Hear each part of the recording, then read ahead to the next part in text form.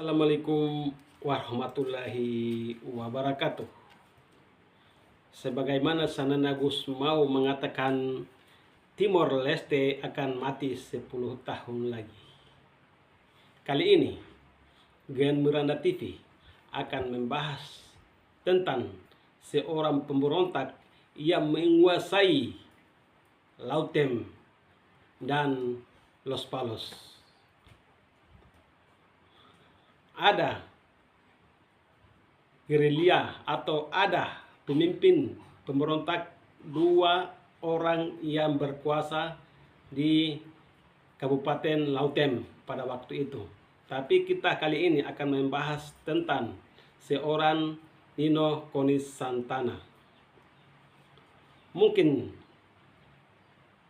orang Timor Leste sudah mengetahui tentang Nino Konis Santana karena namanya diabadikan di Tutu Allah, sebagaimana di sana ada pariwisata.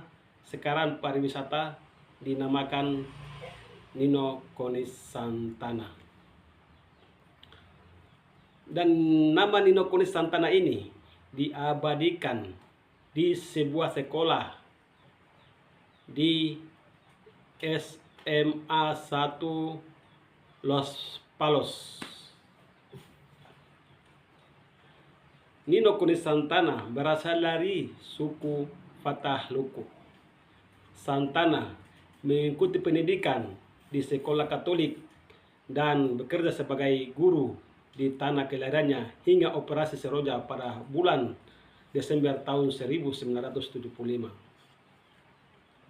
Antara tahun 74-75, Konis Santana adalah ketua organisasi mahasiswa Timor Unitem yang berafiliasi dengan Fretilin sebagai anggota Komisi Pemilihan Umum. Ia mempersiapkan pemilihan umum di sana dengan melakukan uji coba di Los Palos pada tanggal 13 Maret tahun 1975 dan mempersiapkan kemerdekaan daerah jajahan Portugis tersebut. Tokoh-tokoh Fretilin banyak yang duduk sebagai calon pada tanggal 28 November tahun 1975. Republik Demokrasi Timor dinyatakan berdiri hanya beberapa hari kemudian Tentara Nasional Indonesia mendarat di tanah Timor Leste. Konis Santana berjuang di hutan dan menjadi wakil daerah militer Los Palos setelah meninggalkan markas tersebut pada tahun 1981. Ia menjadi anggota kelompok yang dipimpin Sanana Gusmao.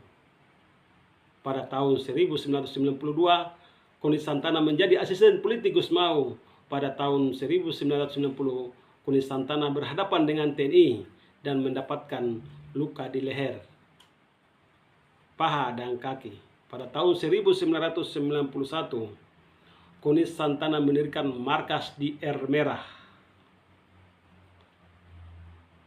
Kenapa beliau sampai membuat markas di Air Merah? Padahal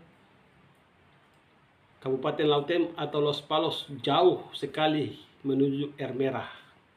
Karena beliau ingin memperkenalkan diri sebagai seorang pejuang patriot bernama Nino Konis Santana.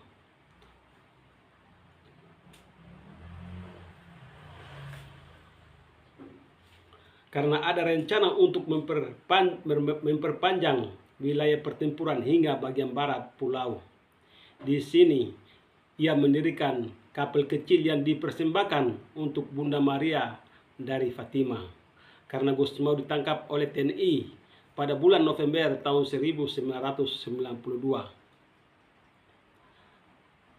Ketika seorang Sanana Gusmao ditangkap, waktu itu tahun 1992, mungkin saya baru SD kelas 1. Karena saya waktu itu sudah mendengar bahwa Sanana Gusmao ditangkap dan diterbangkan ke Jakarta, kemudian dipenjara di LP Cipinang. Mahuno Bulerek Karatahyono diangkat sebagai komandan Valentil. Konis Santana menjadi anggota Komite Politik Militer pada bulan April tahun 1993. Pun Mauhuno akhirnya dipenjara oleh Konis Santana menjadi komandan Valintil yang baru dalam Fretilin. Konis Santana menjadi sekretaris Komite Instruksi. Konis Santana meninggal dalam kecelakaan di tengah-tengah kabut tebal saat berusaha naik bukit untuk bersembunyi karena diburu oleh militer. Sampai matinya pun di pahanya masih bersarang peluru yang didapatkan saat baku tembak dengan TNI 8 tahun yang lalu. Tapi bukan 8 tahun yang sekarang, tapi 8 tahun sebelum tahun 1998. Jadi, saya ingin menggambarkan kepada penonton Gen Miranda TV bahwa seorang Nino Konis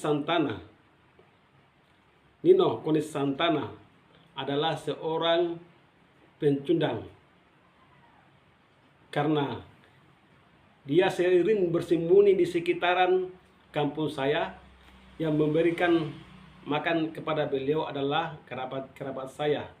Tapi syaratnya mereka tidak usah memberontak di wilayah Odofuru dan sekitarnya. Para pemimpin di Timor Leste atau pemimpin di sekitaran Lura atau Los Palos, mereka mempertegaskan kepada Nino Konis Santana tidak mengganggu TNI di sekitaran Luro dan Los Palos. Jadi Nino Konis Santana ini berasal dari suku Fataluku. Suku Fataluku ini bertepatan di Lautem dan sekitarnya, dan tepat kampungnya adalah Tutuala. Di sana Tutuala ada daerah wisata yang sekarang sudah dinamakan Nino Konis Santana atau wisata Nino Konis Santana, karena seolah-olah Nino Konis Santana lah yang berjuang di sana hingga Timor Leste merdeka. Padahal Nino Konis Santana meninggal dunia sebelum tahun 1998, artinya 98 Nino Konis Santana sudah meninggal. Dan Nino Konis Santana ini namanya sudah terdengar di anak-anak atau bocil-bocil atau anak-anak remaja, sehingga gambarnya pada waktu itu sudah tersebar di sekitaran Luro, Los Palos, dan Lautem. Dan anak-anak remaja yang nakal di sana, mereka mengidolakan Nino Konis Santana karena semua masing-masing daerah ada seorang Fretilin atau seorang pemimpin Fretilin untuk tetap mengganggu keberadaan ABRI atau TNI pada waktu itu. Tapi ketika mereka sudah melakukan tembakan, mereka akan lari ke hutan belantara atau sembunyi di sana. Dan Nino Konis Santana ini sering muncul di sekitaran Lautem. Tapi dia lari kembali ke hutan karena dialah orang yang paling diburu pada waktu itu. Dan namanya dikenal hingga kini. Cukup sekian. Assalamualaikum warahmatullahi wabarakatuh.